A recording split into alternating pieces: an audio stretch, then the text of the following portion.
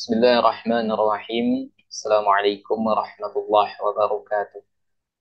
Alhamdulillahi rabbil alamin. Nahmaduhu wa nasta'inuhu wa nastaghfiruh. Wa na'udzu billahi min sururi anfusina wa min sayyiati a'malina. May yahdihillahu fala mudilla lahu wa man yudlil fala hadiyalah. Wa asyhadu an la ilaha illallah wahdahu la syarika lah. Wa asyhadu anna Muhammadan 'abduhu wa rasuluh. Amma ba'd. Para jemaah yang dimuliakan oleh Allah Subhanahu wa taala. Insya Allah pada kesempatan ini kita akan kembali melanjutkan pembahasan kita dari ensiklopedia larangan dalam syariat. Dan insya Allah pada kesempatan ini kita akan membahas berkaitan dengan niyahah. Ya. Kita akan membahas berkaitan dengan masalah niyahah. Para jemaah yang dimuliakan oleh Allah Subhanahu wa taala. Ya. Di sini Syekh At-Tahlawi mengutip beberapa dalil berkaitan dengan masalah ini. Ya.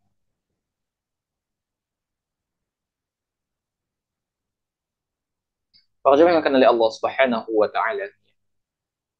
Di dalam kehidupan ini seringkali kita kehilangan sesuatu atau seseorang yang berharga, ya, baik itu terjadinya musibah atau yang semisalnya dengan itu, ya.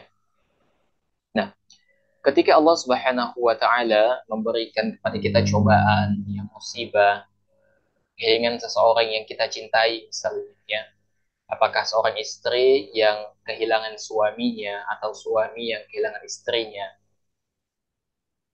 maka ya umumnya, secara umumnya, orang yang ditinggalkan itu akan bersedih. Akan bersedih. Oleh karena itu, di dalam syariat kita juga mengatur berkaitan dengan masalah ini. Ya, batasan-batasan di dalam bersedih ketika ketika kita ditimpa musibah. Itu ada batasan-batasannya tentunya. Jika kita perhatikan sejumlah dalil jemaah sekalian, ya, maka memang kebanyakan dalil itu menunjukkan bahwasanya pelaku niyahah ini kebanyakan perempuan. Ya, oleh karena itu, jika kita perhatikan dalil, maka kebanyakan dia menunjuk kepada perempuan.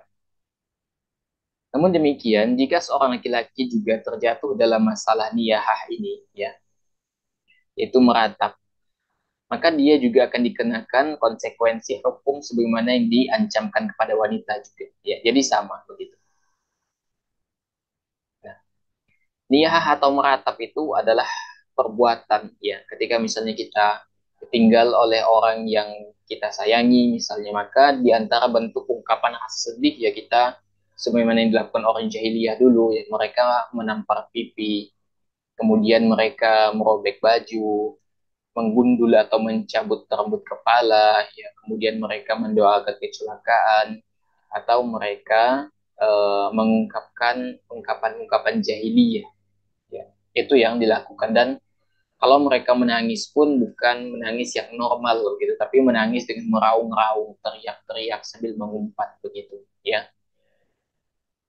Nah, kenapa niyahah itu dilarang di dalam syariat kita? Kenapa niyahah itu dilarang di dalam syariat kita? Dijelaskan oleh Al-Imam Az-Zahabi rahimahullahu taala, ya. Beliau mengatakan bahwa wanita yang melakukan niyahah ini mendapatkan azab dan laknat karena dia memerintah berkeluh kesah dan melarang kesabaran. Padahal Allah dan Rasulnya Shallallahu Alaihi Wasallam telah memerintahkan bersabar dan mengharap pahala serta melarang keluh kesah dan murka saat terjadi musibah. Allah Subhanahu wa taala berfirman, "Ya ayyuhalladzina amanu ista'inu bis sabri was salah, innallaha ma'as sabirin." Allah Subhanahu wa taala berfirman, "Hai orang yang beriman, jadikanlah sabar dan salat sebagai penolong. Sesungguhnya Allah ini bersama orang-orang yang sabar." Ini Al-Baqarah ayat 153. Jadi kata Imam Az-Zahabi, ya, kenapa niyahah itu dilarang? Karena niyah itu bertolak belakang dengan perintah Allah Subhanahu wa taala ketika kita menghadapi musibah. Ketika kita menghadapi musibah, Allah Subhanahu wa taala memerintahkan kita agar kita bersabar, tidak berkeluh kesah, ya, tidak murka. Karena bentuk keluh kesah, bentuk murka, ya, niyahah ketika ditimpa musibah itu adalah bentuk ketidakridoan terhadap takdir Allah Subhanahu wa taala, ya. Karena memang kadangkala antara harapan kita dan apa yang telah Allah tetapkan itu, ya, biasa umumnya, ya, biasanya antara harapan kita dan antara ketetapan Allah Subhanahu wa taala biasanya tidak selalu beriringan lurus. Itu tidak selalu beriringan lurus, ya. Tapi satu hal yang perlu kita ketahui jemaah sekalian, bahwa apapun yang Allah Subhanahu wa taala tetapkan atas kita, ya, baik kita suka atau tidak, maka itulah yang terbaik bagi kita. Itulah yang terbaik bagi kita. Karena tidaklah Allah Subhanahu wa taala yang menetapkan sesuatu kepada kita melainkan dengan hikmahnya. Baik. Hadis pertama, ya, Rasul Shallallahu alaihi wasallam bersabda, "Ithnatani fin nasi huma bihim kufrun, at-ta'nu fil asbabi wan niyahatu 'alal mayyit." Kata Nabi Shallallahu alaihi wasallam, dua perkara yang umumnya dan ini biasa tersebar di tengah-tengah masyarakat dan pelakunya itu, ya, kufur, bisa kufur, yaitu mencela nasab dan meratapi mayit. Ini diriwayatkan oleh Muslim. Kalau mencela nasab itu sudah kita bahas ya di pertemuan-pertemuan sebelumnya, itu sudah kita bahas. Dan kata Nabi SAW, di antara yang perkara yang banyak tersebar di masyarakat kita. Artinya ini memang sudah terjadi meluas sekali. Dan pelakunya itu bisa kufur, ya. Artinya di sini bukan kufur seseorang keluar dari Islam, tidak, ya. Tapi kufur yang dimaksud di sini adalah kufur asghar, ya. Kufur kecil yang tentu pelakunya tidak keluar dari Islam tentunya jika terjatuh dalam perkara ini. Nah, berbeda halnya dengan uh, kufur akbar, ya, di mana pelakunya itu ya dihukumi kafir tentunya setelah hujjah sampai kepadanya. Nah, jadi kata Nabi SAW, apabila seseorang itu melakukan niyahah, ya, ketika ditimpa musibah, ditinggal oleh seseorang yang dicintai, maka dia dapat terjatuh di dalam kufur, yaitu kufur asghar tentunya, ya. Meskipun kufur asghar ini tidak menyebabkan pelakunya itu keluar dari Islam, namun ya pelakunya dihukumi dengan dosa dosa besar tentunya. Para jemaah makan oleh Allah Subhanahu wa taala. Kemudian hadis selanjutnya, ya, Rasul sallallahu alaihi wasallam bersabda, "Laisa minna man latamal quluda wa syaqqal juyuba wa da'a bid'awal jahiliyah." Kata Nabi Shallallahu Alaihi Wasallam, bukanlah termasuk golongan kami orang yang menampar pipi, merobek saku baju, ya, menyeru sebagaimana seruan jahiliyah. Ini diriwayatkan oleh Al Bukhari dan Muslim.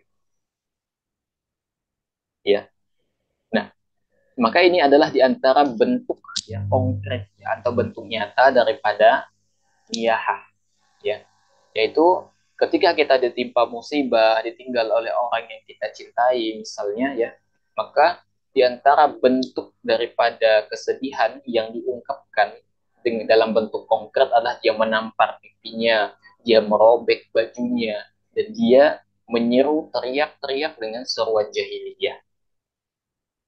Nah, Syekh Mustafa Bufa menjelaskan, ya, sabda Nabi Shallallahu Alaihi Wasallam, ya, tidak termasuk golongan kami, yaitu orang yang terjatuh dalam perkara itu, yaitu niyahah, ya, termasuk pengikut agama, ya, yang tidak mengikuti petunjuk kami, ya. Artinya ketika seseorang itu melakukan niyahah, ya, maka sejatinya dia sudah keluar dari petunjuk Nabi Shallallahu Alaihi Wasallam, ya.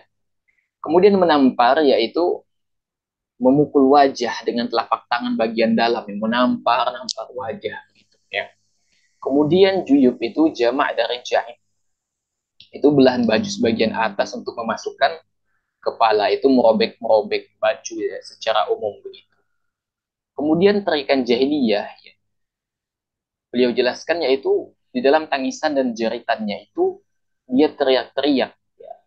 Tapi dia sambil mengucapkan ungkapan-ungkapan jahiliyah seperti wahai sandaran kami, wahai kekuatan kami, ya, dan semisalnya. Jadi ketika eh, seorang kita cintai itu meninggal, ya, di antara bentuk ungkapan jahiliyah adalah misalnya, wahai pemimpin kami, kenapa engkau meninggalkan kami? Ya. Wahai orang yang kami agungkan, kenapa engkau meninggalkan kami? Nah, itu adalah di antara bentuk ungkapan jahiliyah gitu. Dan jika seseorang terjatuh dalam perbuatan itu ketika ditinggal oleh orang yang ia cintai, maka dia jatuhnya melakukan apa? Niyahah. Nah, kemudian di dalam Sunan An-Nasa'i disebutkan, ya, la'ana Rasulullah sallallahu alaihi wasallam man khalaqa aw salaqa aw kharaqa, bahwa Rasul Shallallahu Alaihi Wasallam itu melaknat orang yang menggunting rambut, menjerit-jerit atau merobek pakaiannya. Ini di dalam Sahih Sunan An-Nasa'i. Nah, di sini Nabi SAW ya menyebutkan kata salakoh, ya. Mana kholakoh au salakoh. Salakoh itu bisa bermakna meratap, ya, dengan menjerit-jeritnya, memukul pipi dan mencabut rambut ketika terjadi musibah. Jadi pelaku niyahah ini adalah pelakunya itu bisa dilaknat. Ya. Pelakunya itu dilaknat oleh Nabi Shallallahu Alaihi Wasallam. Dan tentang masalah laknat ini tentu sudah kita bahas. Ya. Kemudian Nabi Shallallahu Alaihi Wasallam bersabda, "La'anallahu al-khamisata wajhaha wasyaqqata jaybaha wad-da'iyata bil waili wath-thubur." Ya. Kata Nabi SAW, Allah melaknat wanita yang menampar wajahnya, merobek saku bajunya, serta menyeru kecelakaan dan kebinasaan. Ini diriwayatkan oleh Ibnu Majah. Ya. Jadi dalam hadis pertama tadi adalah Nabi SAW yang melaknat. Dan sekarang Nabi SAW yang mengatakan Allah yang melaknat. Ya. Kemudian di dalam kitab sunannya, ya, dalam An-Nasai juga meriwayatkan dari Anas bahwasanya ketika Rasul Shallallahu Alaihi Wasallam itu mengambil baiat dari para wanita, ya, agar tidak meratapi mayit. Lalu para wanita itu mengatakan, wahai Rasulullah, sesungguhnya para wanita dulu, ya, di zaman jahiliyah, ya, dulu biasanya melakukan is'ad terhadap kami. Bolehkah kami melakukan is'ad terhadap mereka? Ya. Lalu kata Nabi SAW, tidak ada is'ad dalam Islam. Ini diriwayatkan dalam An-Nasai. Is'ad itu adalah ikut-ikutan menangisi orang mati bersama keluarga mayit. Jadi misalnya kita punya tetangga, ya, tetangga kita misalnya ada yang meninggal, maka kita ikut-ikutan nangis meratap juga dengan tetangga kita begitu. Dan ini perbuatan is'ad ini tidak ada, ya, tidak dibolehkan lagi di dalam Islam. Nah,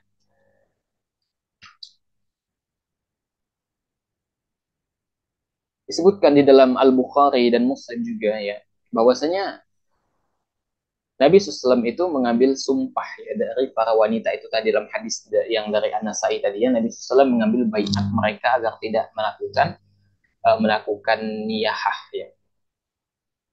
Dan dijelaskan dalam riwayat Al-Bukhari dan Muslim, ya, bahwasanya tidak ada yang bisa menepati baiat itu, ya, di antara kami kecuali hanya 5 perempuan saja. Saking sulitnya untuk meninggalkan kebiasaan yang sudah tertanam begitu. Siapa saja? Yaitu Ummu Sulaim, Ummu Ala, ya, anak perempuan Abu Sabrah, ya, yang merupakan istri dari Muaz, ya. Kemudian 2 perempuan lainnya, jadi 5 orang. Atau anak perempuan Abu Sabrah, ya, istri Muaz, dan 1 perempuan lainnya, ya, 3 atau 5 orang gitu. Saking sulitnya meninggalkan kebiasaan niyahah yang sudah tertanam gitu, ya. Saking sulitnya. Para jemaah yang dimuliakan oleh Allah Subhanahu wa taala, jadi itu adalah beberapa dalil yang dinukil oleh Syekh Al-Tahlawi berkaitan dengan masalah niyah ini. Para jemaah yang dimuliakan oleh Allah Subhanahu wa taala, ya. Jadi niyahah ini adalah di antara bentuk kebiasaan jahiliyah. Niyahah ini adalah di antara bentuk apa kebiasaan jahiliyah, ya. Dan pelakunya ini apabila dia terjatuh dalam perkara ini maka dia terjatuh dalam dosa besar, ya.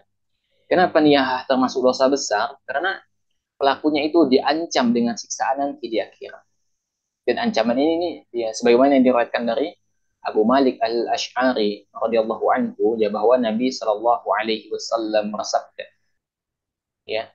Kata Nabi SAW, empat hal yang terdapat pada umatku dan itu termasuk perbuatan jahiliyah yang sulit untuk ditinggalkan kata Nabi SAW. Yaitu apa? Membangga-banggakan kebesaran leluhur nenek moyang, mencela keturunan, atau fin nasab, ya, mengaitkan turunnya hujan dengan bintang tertentu, ini syirik, dan meratapi mayit atau nihayah. Lalu apa kata Nabi SAW, ya, orang yang melakukan nihayah, ya, bila mati sebelum dia bertaubat maka ia akan dibangkitkan pada hari kiamat dan ia dikenakan pakaiannya berlumuran dengan cairan tembaga serta mantel yang bercampur dengan penyakit gatal. Ini diriwayatkan oleh Muslim. Jadi inilah diantara ancaman yang akan diberikan kepada pelaku nihayah yang wafat sebelum dia bertobat itu, dia nanti uh, akan dibangkitkan pada hari kiamat ya sambil dia menggunakan pakaian yang berlumuran dengan cairan tembaga serta mantel yang bercampur dengan penyakit gatal. Para jemaah yang oleh Allah Subhanahu wa taala, ya. Al-Imam Nawawi rahimahullahu taala mengatakan bahwa umat Islam sepakat, ya, berkaitan dengan haramnya niyahah terhadap mayit, ya, berteriak dengan teriakan jahiliyah dan berteriak dengan kecelakaan di saat musibah. Jadi kata Imam Nawawi adalah ijma, ya, berkaitan dengan haramnya niyahah.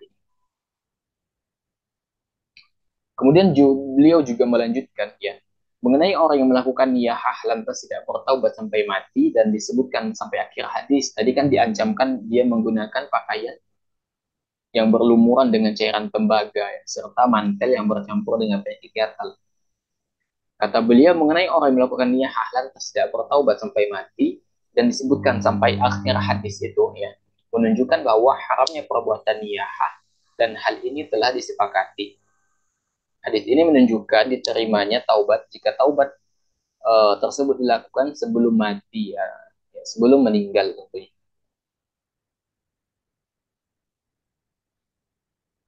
Rajamnya makan oleh Allah Subhanahu wa taala, ya. Jadi bagaimana yang diperbolehkan di dalam syariat kita ketika kita ditinggalkan oleh orang yang kita cintai misalnya atau kita ditimpa musibah misalnya, ya. Yang diperbolehkan adalah hanya menangis dengan meneteskan air mata tanpa mengucapkan kalimat-kalimat jahiliyah atau kalimat-kalimat yang terlarang seperti seruan jahiliyah tadi, ya, uh, wahai sandaranku, ya, wahai petunjukku, ya, wahai sumber kekuatanku, itu nggak boleh mengucapkan hal yang seperti itu ketika kita ditinggal oleh orang yang kita cintai, begitu, ya. Karena mulut, ya, yang ikut berteriak-teriak, yang ikut menampar pipi, yang menggundul rambut, menyobek-nyobek pakaian ketika ditinggal oleh orang yang kita cintai, itu adalah bentuk meratap yang dilarang. Nah, di antara dalil yang menunjukkan bahwasanya bolehnya kita bersedih, ya. Jadi ketika kita ditinggal oleh orang yang kita cintai misalnya atau misalnya ditimpa musibah, kita tetap boleh bersedih, itu boleh tapi ada batasannya. Sebagaimana dilakukan oleh Nabi SAW ketika ditinggal oleh putra beliau Ibrahim, ya, yang meninggal dunia. Nabi SAW, ya, ketika Ibrahim meninggal dunia itu beliau tidak melakukan niyahah, ya, tapi beliau tetap menangis, begitu, tetap menangis. Ini diriwayatkan oleh dari sahabat Anas bin Malik radhiyallahu anhu, beliau mengatakan, ya, kami bersama Rasul Shallallahu Alaihi Wasallam mendatangi Abu Saif Al-Qain yang istrinya telah mengasuh dan menyusui Ibrahim, putra Nabi Sallallahu Alaihi Wasallam. Lalu Rasul SAW itu sambil mengambil Ibrahim dan menciumnya. Kemudian pada kesempatan yang lain kata beliau, kami mengunjunginya sedangkan Ibrahim ternyata telah meninggal. Hal ini ya, meninggalnya Ibrahim ini menyebabkan kedua mata Nabi SAW berlinangan air mata karena sedih ditinggal oleh putra beliau. Lalu Abdurrahman bin Auf ya, berkata kepada Nabi SAW, mengapa Anda menangis wahai Rasulullah? Mengapa Anda menangis wahai Rasulullah? Lalu kata Nabi SAW apa? Ibn al-Aufi innaha rahmah. Wahai Ibnu Auf, ya, wahai putra Auf, sesungguhnya ini adalah rahmat, tangisan kasih sayang. Jadi Nabi SAW ya ditinggal oleh putra beliau Ibrahim, beliau menangis. Dan tangisan ini adalah tangisan rahmat, tangisan kasih sayang. Ya, bukan meratap meraung-raung, tidak. Ya, beliau menangis tertunduk begitu. Bukan dengan meraung-meraung, bukan dengan niyahah begitu. Lalu beliau SAW melanjutkan kalimat yang lain dan bersabda, Innal aina tadma'u wa qalbahu yahzanu wa la naqulu illa ma yarda rabbuna wa inna bi firaqika ya Ibrahim la mahzunun. Kedua mata boleh mencucurkan air mata, boleh menangis kata Nabi SAW. Hati kita juga boleh bersedih. Hanya kita tidaklah ya, mengatakan kecuali apa yang diridhoi oleh Rabb kita. Ya, dan kami dengan perpisahan ini wahai Ibrahim pastilah bersedih. Ini diriwayatkan oleh Al-Bukhari dan Muslim. Maka menangis yang meneteskan air mata ketika kita tertimpa musibah atau ditinggalkan oleh orang yang kita cintai ya, maka itu wajar karena itu adalah bentuk ya kita menunjukkan kasih sayang kita kepada orang yang mendahului kita begitu ya. Wajar gitu kan seorang suami ya bersedih ketika ditinggal istrinya atau seorang istri bersedih ketika ditinggal suaminya atau sedih ketika ditinggal anaknya atau anak yang bersedih ketika ditinggal orang tuanya, maka menangis itu wajar ya selama tidak melampaui batasan-batasan sehingga tidak terjatuh di dalam niyahah ya. Atau misalnya mengiringi kesedihan itu dengan ucapan-ucapan terlarang, ungkapan-ungkapan jahiliyah itu yang tidak boleh ya. Tapi para jemaah sekalian berkaitan dengan pembahasan kita ya, itu berkaitan dengan niyahah. Semoga Allah Subhanahu wa taala menjaga kita dari perbuatan yang bisa menjerumuskan kita, yang bisa mengerahkan kita dalam perbuatan ini, dan kita bermohon kepada Allah Subhanahu wa taala semoga Allah Subhanahu wa taala memberikan taufik dan hidayahnya kepada kita semua sehingga kita terjauh dari perkara yang dimana pelakunya itu diancam dengan ancaman yang berat di sisi Allah Subhanahu wa taala nanti. Yang benar datangnya dari Allah Subhanahu wa taala, yang keliru datangnya dari anak pribadi. Allah dan Rasulnya tentu terlepas dari kekeliruan itu. Wassallallahu ala nabiyina Muhammadin wa ala alihi washabihi wasallam walhamdulillahi rabbil alamin. Subhanakallahumma wa bihamdika asyhadu an la ilaha illa anta astaghfiruka wa atubu ilaik. Walhamdulillahi rabbil alamin. Assalamualaikum warahmatullahi wabarakatuh. Saya kembalikan ke pembawa acara. Tafadhal.